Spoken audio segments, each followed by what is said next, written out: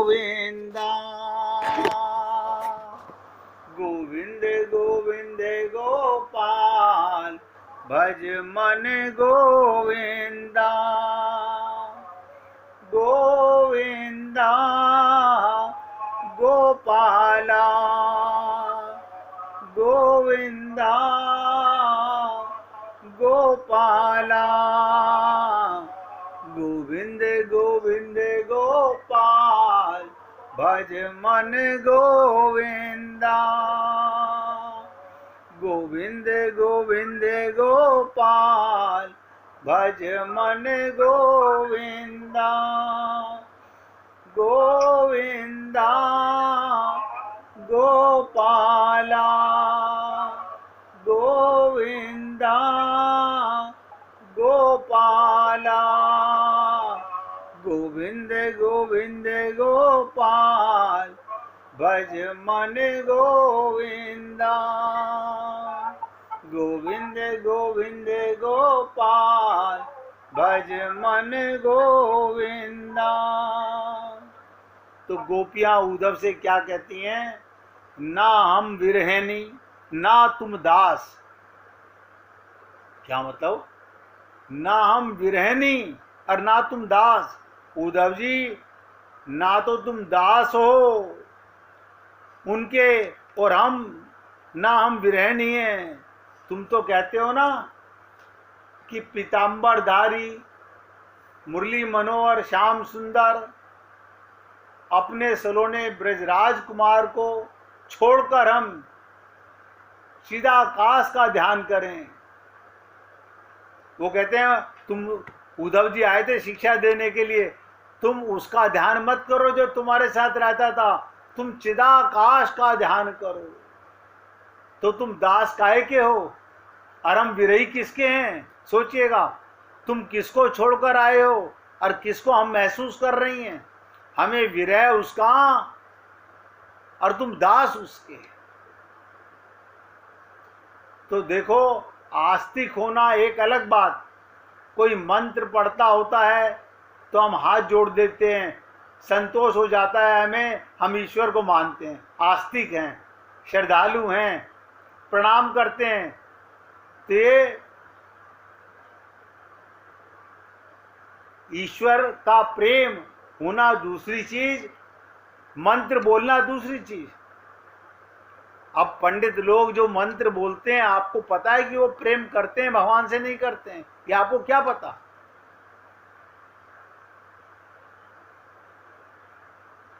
इच्छा तो संसार की करे, इच्छा तो पंच महाभूत की करे, और प्रेम भगवान से ये नहीं हो सकता। अभी गोपियों का आपको बताया था कि गोपियों का खाना, गोपियों का सोना, गोपियों का प्रत्येक क्रिया भगवान के साथ है।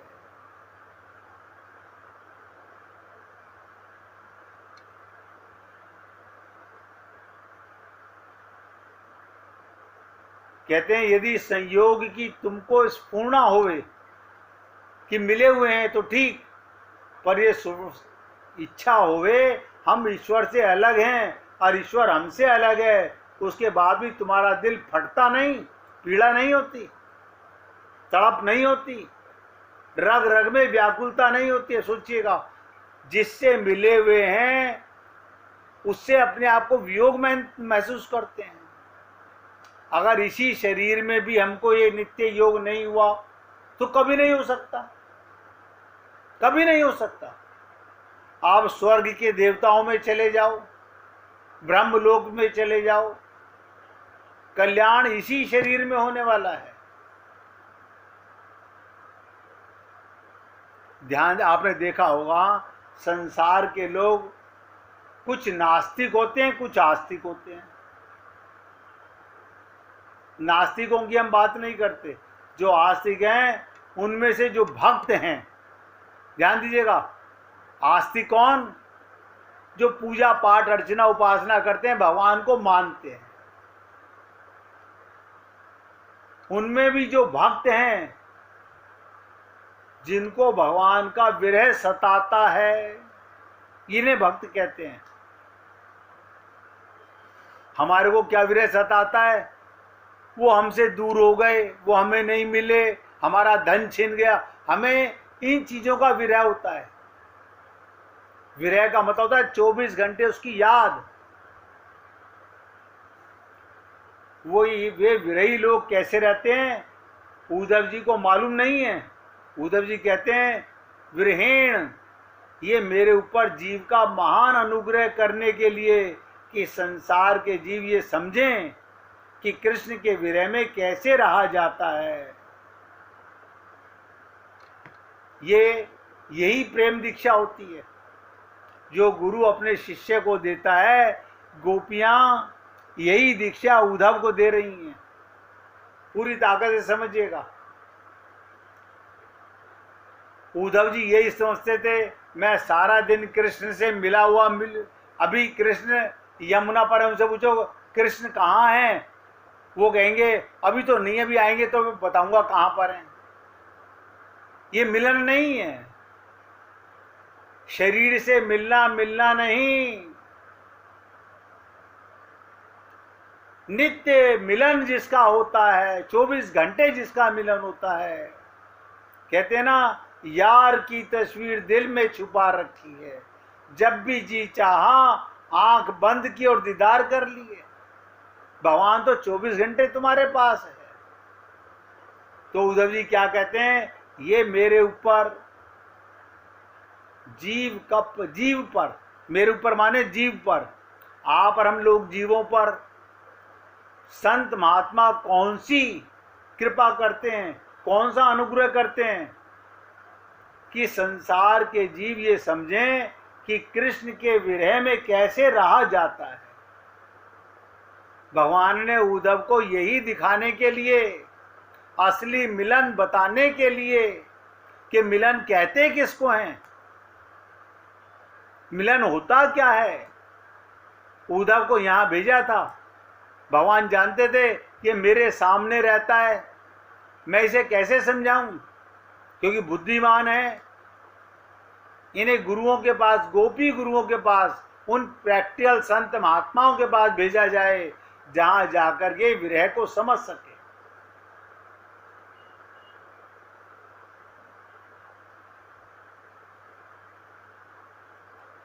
तो क्या कहते हैं उद्धव जी गोपियों से, आज उद्धव जी राधा रानी के चरणों में अपना शीश रख करके क्या निवेदन करते हैं, तुमने विरह को अपने जीवन में प्रकट किया, ये दीक्षा है। कहते हैं शिष्य के हृदय में होवे श्रद्धा, ध्यान से सुनो, शिष्य के हृदय में होवे श्रद्धा और गुरु के हृदय में होवे अनुग्रह। जब अनुग्रह और श्रद्धा दोनों का मिलन होता है तब दीक्षा संपन्न होती है। आपकी गुरु के प्रति पूर्ण श्रद्धा हो और गुरु का शिष्य के प्रति पूर्ण अनुग्रह हो, तो गोपियों का उद्धव के प्रति पूर्ण अनुग्रह हो गया और इनकी पूर्ण श्रद्धा हो गई, तो गोपियों के विरह से इन्हें दीक्षा मिल गई। लेकिन हम लोग अपने संत महात्माओं का, गुरुओं का आदर सम्मान करना अलग बात है, चरण स्पर्श करना अलग बात है। बात है पूर्ण श्रद्धा। श्रद्धा कब आती है, जब मन बुद्धि का सरेंडर होता है। तो लोग ये कहते हैं फिर हम बिना मन बुद्धि के कैसे रहेंगे। बता देता हूं, आप प्रयागराज गए कुंभ में स्नान करने, आपने वहां त्रिवेणी में स्नान किया। जब स्नान करके बाहर आते हो तो क्या विश्वास होता है, अब मैं त्रिवेणी में स्नान कर आया, शरीर को पहुंचने के बाद उसमें कुछ रहता है, नहीं रहता तो कुछ नहीं है, सारा पानी पूछ जाता है। आप जिस पानी में गोते लगा रहे थे, बस विश्वास हो गया, श्रद्धा हो गई। कोई कहे अरे गोता तो लगाओ, आप कहेंगे नहीं मैं लगा चुका।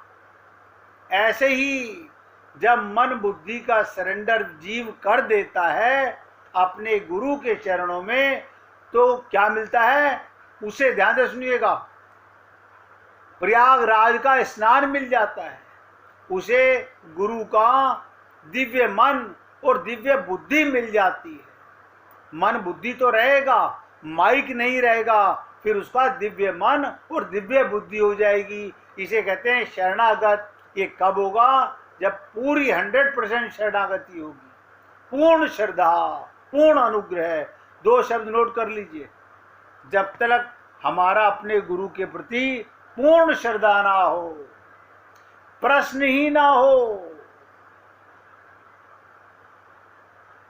महात्मा बुद्ध के पास में जब कोई नया शिष्य आता था तो वो उसको एक ही बात बोलते थे, क्योंकि आते के साथ ही शिष्य के मन में बहुत सारे प्रश्न होते हैं। गुरुजी मेरे इस प्रश्न का जवाब दो, मेरे इस प्रश्न का जवाब दो, मेरे इस प्रश्न का जवाब दो। तो महात्मा बुद्ध एक ही बात कहते थे, मैं तुम्हारे सारे प्रश्नों का जवाब दूंगा, बस 12 मास तुम मेरे बताए अनुसार मेरे पास रुक जाओ।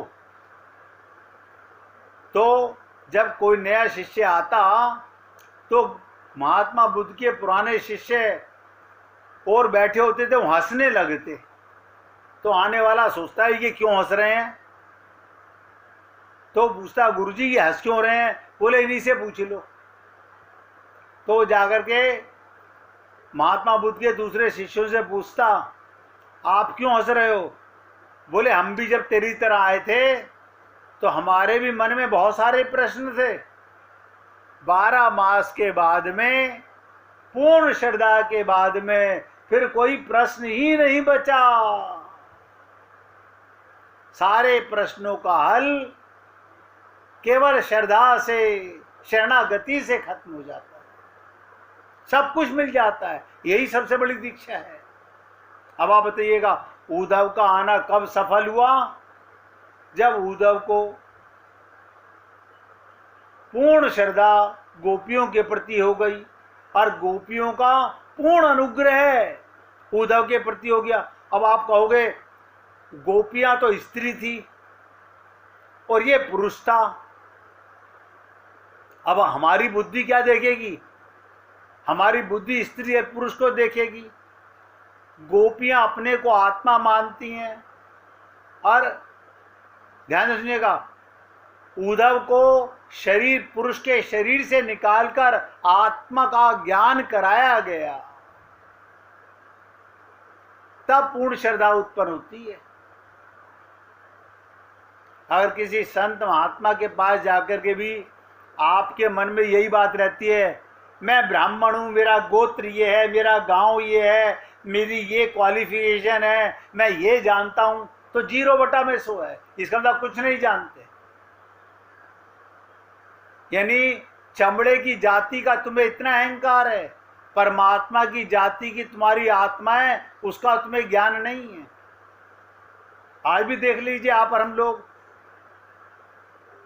अगर कहीं 10 जने बैठ के बात कर रहे हो और कोई बोल रहा हो हम ब्राह्मण हैं, हम भी कहते हैं हाँ हम भी ब्राह्मण हैं, हम भी तुरंत, ये तो हमारा ज्ञान है, ये हमारी बुद्धि का कमाल है। क्या ज्ञान है, बौद्धिक ज्ञान तो हुआ। शरीर ब्राह्मण के घर में पैदा हो गया, ब्राह्मण तो उसे कहते हैं जो ब्रह्म को जाने।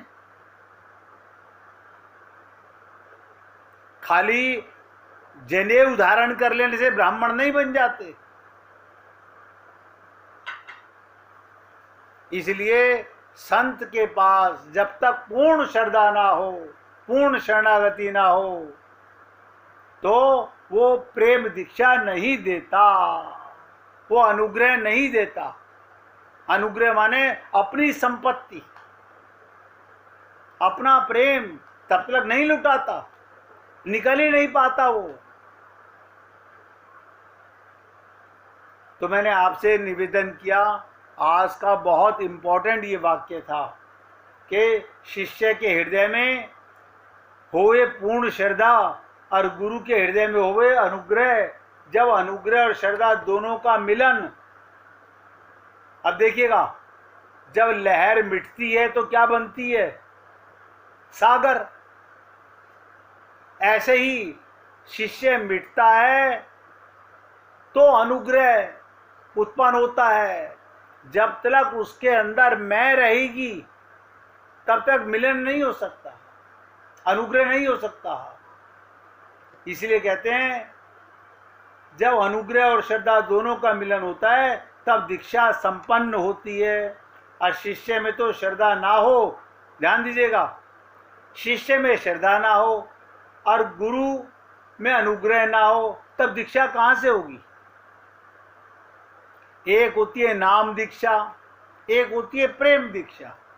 नाम दीक्षा शुरुआत है, अब प्रेम दीक्षा मिलन है।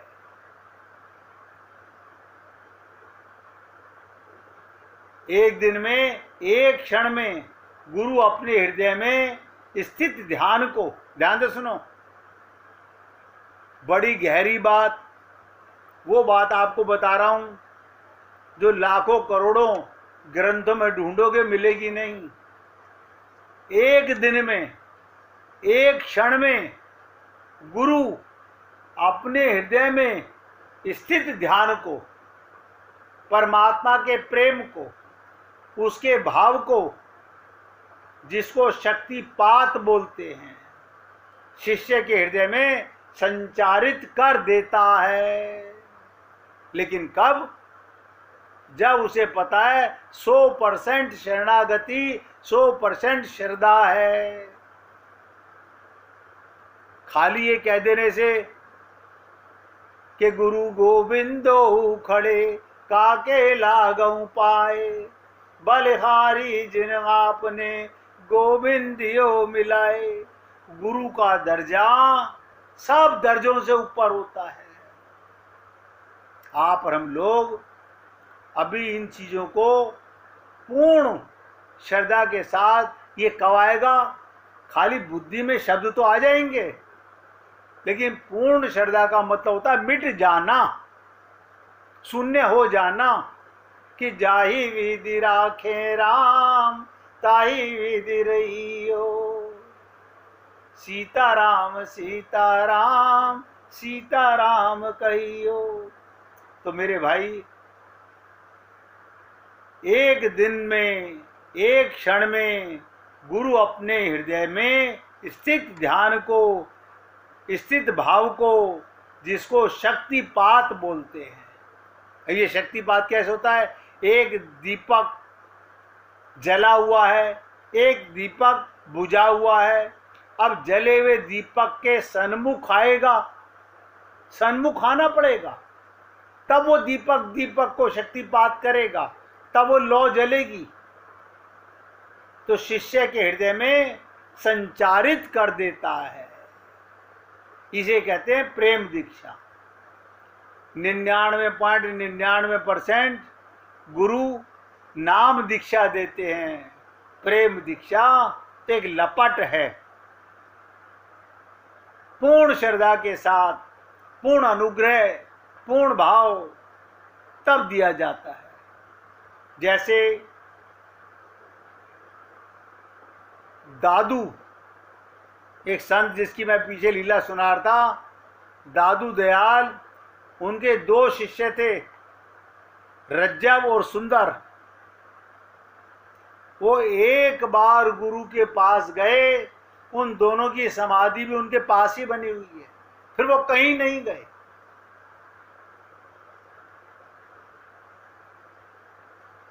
इसलिए कहना और समझना, अब हम ये तो चाहते हैं हमें भगवत प्राप्ति इसी जन्म में हो जाए, सब चाहते हैं। आनंद कौन नहीं चाहता? जन्म सिद्ध अधिकार लेकर आए हैं और इस मनुष्य शरीर में तो आए इसीलिए हैं। लेकिन अभी हम क्या सोचते हैं, हाँ बात तो ठीक है, लेकिन ऐसा है अभी पहले घर के काम निपटा लें, हम पहले घर के काम निपटा लें, फिर देखना आप। ये देखते देखते, ये सोचते सोचते जन्म गुजर गए। इसीलिए कहते हैं ना, माला फेरत जुग फिरा, फिराना मन का फेर, कर का मन का फेंक कर, मन का फेर। तो जो व्यक्ति कल पर टालता है वो कभी कामयाब नहीं होता। आज ये असीम कृपा है, गोपाष्टमी वाले दिन आपको प्रेम दीक्षा का गोपियों के माध्यम से उद्धव को जो प्रेम दीक्षा मिली उसका ज्ञान हुआ। ये समझिएगा मील का पत्थर साबित हो गया। अब उद्धव को कृष्ण के नहीं, ध्यान दीजिएगा, कृष्ण तो बनेंगे पति और गोपियां बनेंगी गुरु। अब कृष्ण का जो मिलन है, पहले मिलन में और अब के मिलन में जमीन आसमान का अंतर होगा। पहले भी कृष्ण मिले हुए थे और अब उद्धव जब जाके मिलेंगे तो आप कहोगे वही आंखें, वही ना ना ना, सब बदल गया, चित्त का भाव बदल गया। 1 मिनट भगवान का कीर्तन कीजिए, फिर आगे चलते हैं। हरे कृष्ण